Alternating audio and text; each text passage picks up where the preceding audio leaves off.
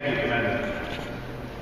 Everyone makes a difference in this race, and every one of us have been out doing whatever we could to put people into office. And we have a few of those people here today, and I'd like to introduce them.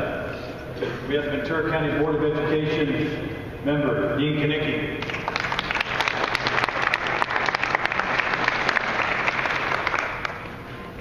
One of the great men of this county, our retired sheriff, Bob Brooks. Bob, how are you? And all the way down from Santa Barbara City Council, Frank Kochik. There we go. All right, Frank's right there. And Jeff Francis, right here. And from Fillmore, Eduardo Gonzalez. Right there. And again, pastors here, we appreciate all you've done to be here with us today. Again, thank you all. Now again, we are here for one reason and one reason only, to elect the right person to Congress. As we know, we've seen what's going on in our country and the issues that we have. So having the right person in Congress makes a difference, not only for us here, but as we've seen, one or two votes can make a huge difference all over this country, can't it? And again, we want to turn this country around. You turn it around because people like you decide that I'm going to be influenced by somebody I put in office, so I want to have influence on who I put in office. And so we're here today to hear from Tony Strickland. I want to say some things about Tony, but I'm going to say that after Tony speaks. So first of all, I want to introduce our next congressman from Ventura County, Tony Strickland.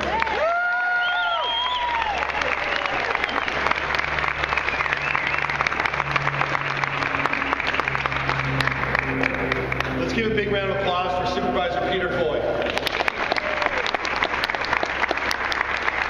Peter, I'm a little bit taller. Peter, I can't thank you enough for your support, your friendship. The fact that you're standing next to me on this endeavor means the world to me. I can't put into words because you're such a strong leader here in Ventura County. Again, let's give him a big round of applause. Thank you.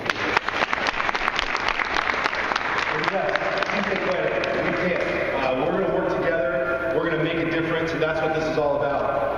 I want to thank all of you for taking time out of your busy day. I'm just truly humbled with the kind of support and outpouring of people coming here at 10 a.m. on a Tuesday. This is truly a humbling moment for me. First, I want to thank Commander Barber for allowing us to gather in this impressive museum. This museum is dedicated to the brave men and women of our armed forces and honors their sacrifices. Some of you may know that I was born in Fort Worth Army Base right here in California. It was from a very young age that I had a deep appreciation for our fighting men and women. Indeed, it is my father, Sergeant First Class Donald Strickland, that's my hero.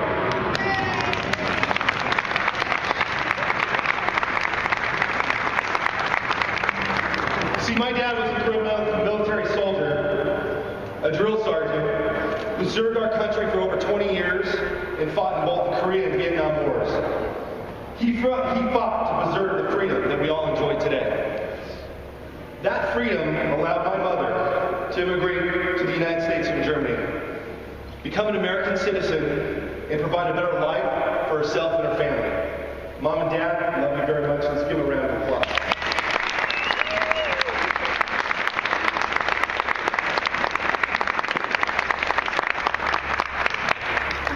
And let me also introduce the most important people in my life. My beautiful wife, Audra.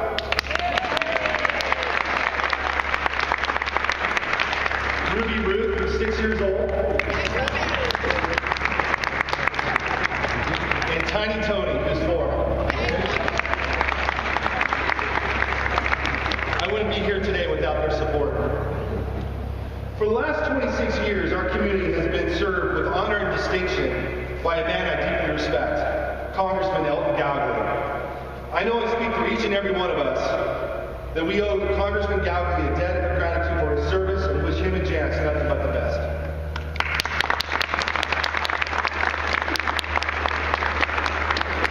You know, there are two very good reasons why I've chosen public service. Ruby Ruth and Tiny Tony. They deserve to grow up in the California that I grew up in. I want them to have the same opportunity that I was given to find success through hard work and determination. That idea of community is so important to me as an adult. I remember the most important lesson my father taught me, that it's up to every generation to leave your city, state, and nation better than you found it. And for that reason, I'm asking you to become your next congressman.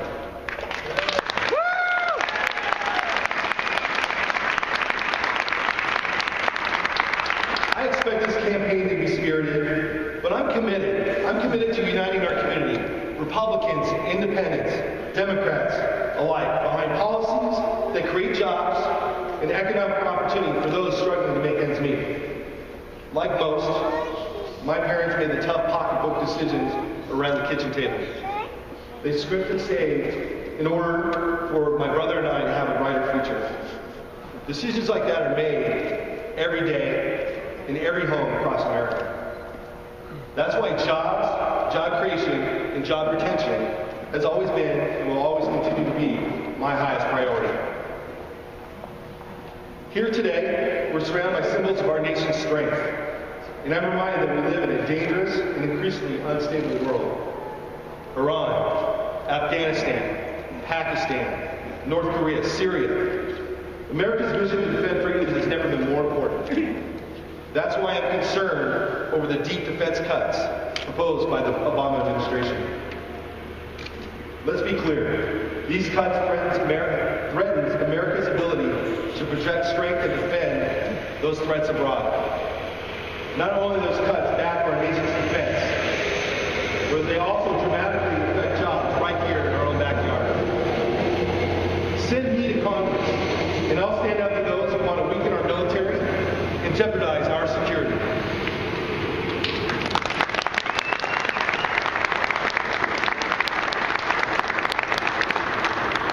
But defense spending alone won't protect us from terrorist threats. By not aggressively pursuing a policy of energy independence, we'll continue to pay billions of dollars to countries who don't like us. We're overly dependent on their oil, and we cannot continue to fund both ends of a war. And renewable energy and all forms of domestic produced energy are important for creating energy independence. Some Republicans incorrectly portray my support for renewable energy as part of a radical environmental agenda. They don't understand that my fight to transform America into an energy-efficient economy is based on energy independence. It's not about political parties, it's about doing the right thing. Because energy independence truly is a national security issue. I'm going to close by asking you to join me in this fight. We simply must put people back to work, and I'm committed to doing just that. By keeping America strong, we'll keep the promise to America made to our greatest generation. And just like my father, and the father before him, we'll give our children America better than we have today. With a strong economy, with a strong defense, we will have a stronger America. Thank you so much for being here. God bless you, and God bless the United States of America. Thank you.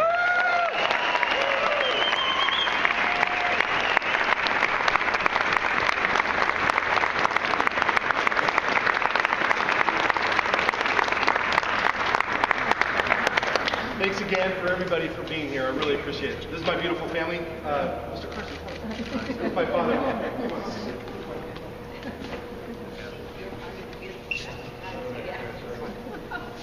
Where's Darlene?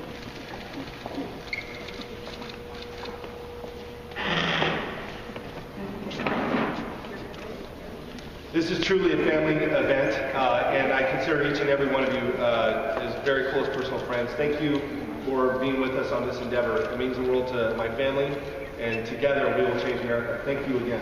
Thank you.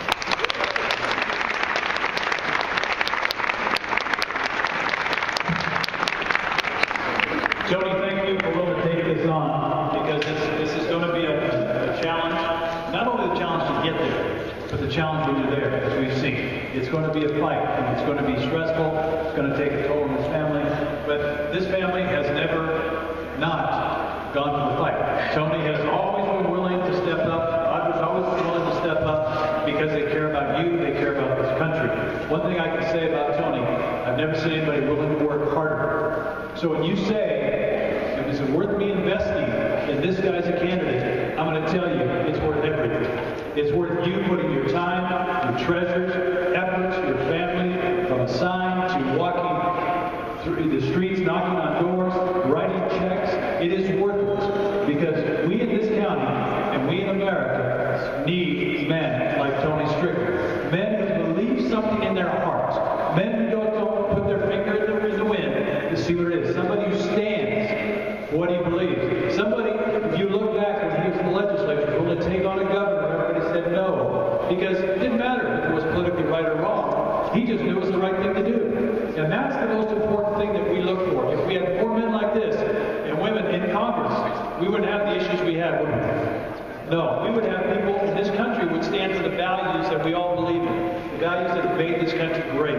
And that's what Tony Strickland does. So I ask you, put your efforts, your time, your energy, your treasures. This doesn't happen with him alone. Tony has a lot of support from all over. But the most important support is with the people who come that are close to him, the people that believe in him. These are the ones that are going to make a difference. So again, we thank you for being here. This is a historic moment to see Tony Strickland go to Congress. Thank you very much.